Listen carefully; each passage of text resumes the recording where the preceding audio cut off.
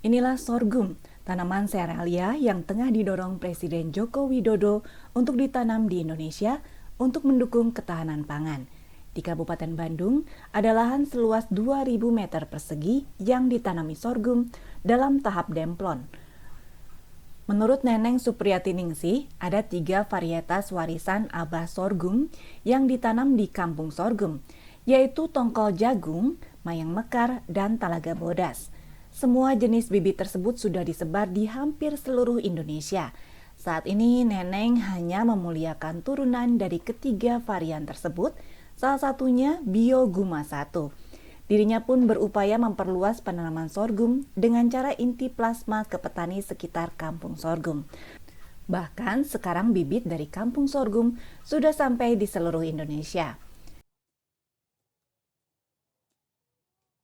Alhamdulillah kita memperluasnya dengan cara inti plasma, yaitu kita mengembangkan ke para petani yang ada di kampung sekitar, kemudian juga kita ekspansi keluar ke kecamatan yang terdekat, kemudian menyebar lagi ke tingkat kabupaten dan sekarang sudah sampai seluruh Indonesia.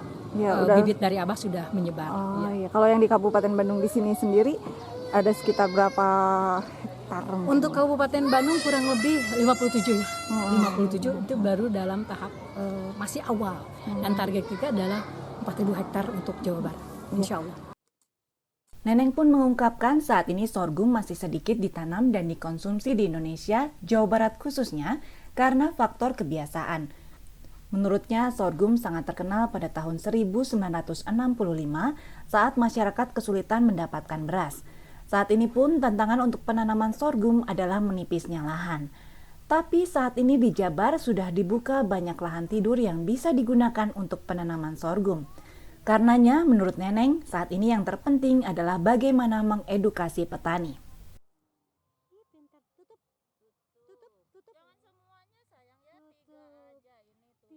Pertama faktor kebiasaan ya. Sorghum awalnya itu sangat terkenal sekali di tahun 65 pada saat kita kekurangan beras. Nah, pada saat itu kemudian sorghum diperkenalkan dan mereka mencampurnya, atau orang tua kita mencampurnya dengan sorghum tersebut dijadikan bubur sebagai pengganti. Ya, alhamdulillah mereka pada sehat-sehat. Nah, kesulitannya para petani pertama mungkin dari lahannya ya. Lahan sekarang semakin menipis. Nah, berarti kita harus ekspansi, diversifikasi ke tempat-tempat yang mencari lahan yang tidur. Ya, alhamdulillah sekarang untuk Jawa Barat dibuka kembali wilayah-wilayah tersebut, dan kalau kita melihat ada tempat-tempat yang tidak terpakai, maka kita mengadakan kerjasama baik dengan pemerintah setempat ataupun dengan para petani. Yang paling penting adalah kita mengedukasi para petani, kemudian dari hulu ke hilir bagaimana siklusnya, apakah ini menguntungkan atau tidak, ya tergantung pada bagaimana petani itu mau belajar atau tidak. Sementara itu, Kepala Dinas Tanaman Pangan dan Hortikultura Jabar, Dadan Hidayat, mengatakan saat ini ada setidaknya 488 hektar tanaman sorghum di Jabar yang tersebar di 7 kabupaten, yaitu Cianjur, Tasikmalaya, Cirebon, Majalengka, Subang, Purwakarta, dan Pangandaran. Potensi sorghum untuk menjadi bahan pangan pengganti beras pun cukup bagus karena kemampuannya tumbuh di tanah yang kering sekalipun. Bagaimana kita mengantisipasi isu kekurangan pangan, mau tidak mau kita tingkatkan kapasitas produksi pangannya. Nah, satu diantaranya memang sorghum. Nah, sorghum ini punya banyak kelebihan sebagai tanaman. Dia bisa tumbuh di lahan-lahan yang marginal. Nah, dia gitu. Lahan marginal itu lahan itu lahan yang kritis, yang kurang unsur haranya. Nah, gitu. Tapi masih bisa tumbuh ya, Pak? Betul. Jadi dia juga tanaman yang kebutuhan airnya hanya 30% dari tanaman jenis serealia lainnya gitu. Jadi dia bisa adaptif untuk ditanaman di lahan-lahan yang memang kurang memiliki perairan, secara teknis juga masih bisa tumbuh. Berbagai olahan pun bisa dibuat dari tanaman sorghum, mulai dari tepung hingga dijadikan bubur, teng-teng, mie, kerupuk, dan bolu. Namun karena tidak mengandung gluten, sorghum tidak bisa diolah menjadi roti yang mengembang kecuali dicampur terigu. Ahli gizi RSS Bandung Ide Sairuman mengatakan itu membuat sorghum sangat aman dikonsumsi oleh anak autis. Tak hanya itu, sorghum memiliki kandungan lemak tak jenuh tinggi, protein tinggi, vitamin B tinggi, serat tinggi, dan karbohidrat lebih rendah dibandingkan beras.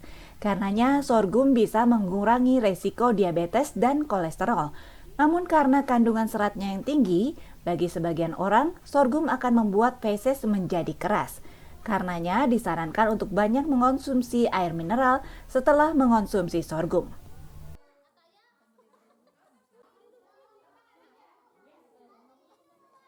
Jadi kalau anak autis itu kandungan asupannya itu kandungan lemak tidak jenuhnya itu harus lebih tinggi bila dibandingkan dengan karbohidrat, dan karbohidratnya jangan sekali harus menekan yang namanya gluten.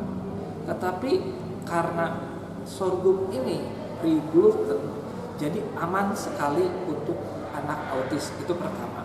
Nah, ini berbeda ya karena anak autis ada masalah dengan glutennya. Sedangkan makanan sehat mungkin saya perlu mengeneralisir.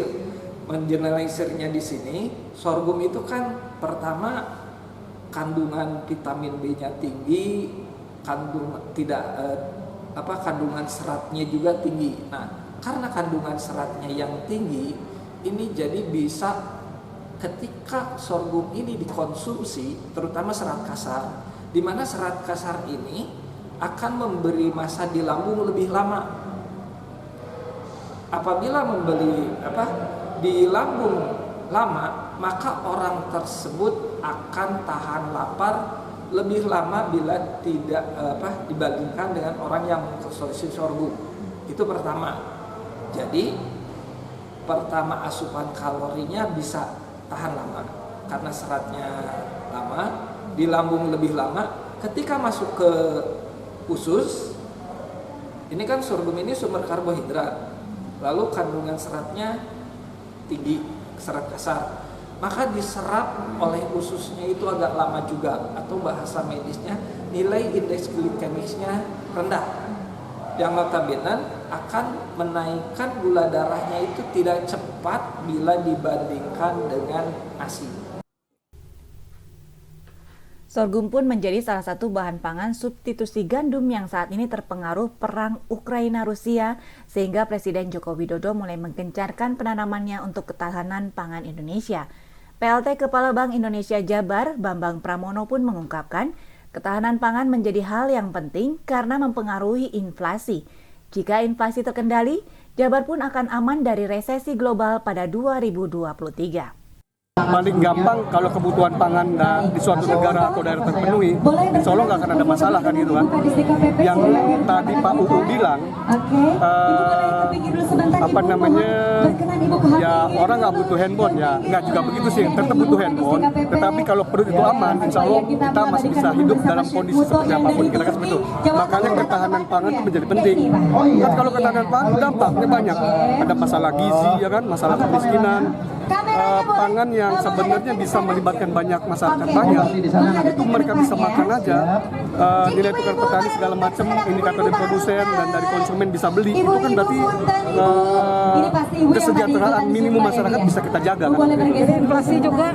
Ya, kalau bicara ketahanan pangannya, tadi kesediaan pasokan dengan adanya kegiatan pangan, apalagi komoditas yang mempengaruhi inflasi atau komoditas yang menjadi substitusi inflasi, itu pasti akan mempengaruhi inflasi pangan, seperti itu. Saat ini harga sorghum memang masih tergolong lebih mahal dibandingkan beras, yaitu Rp50.000 per kilogram untuk bibitnya dan Rp40 hingga Rp70.000 per kilogram untuk tepungnya. Tapi jika semakin banyak orang menanam sorghum, harga tersebut pun bisa ditekan. Bahkan bibit dari kampung sorghum sudah dibawa hingga Thailand, Malaysia, Amerika, dan Turki.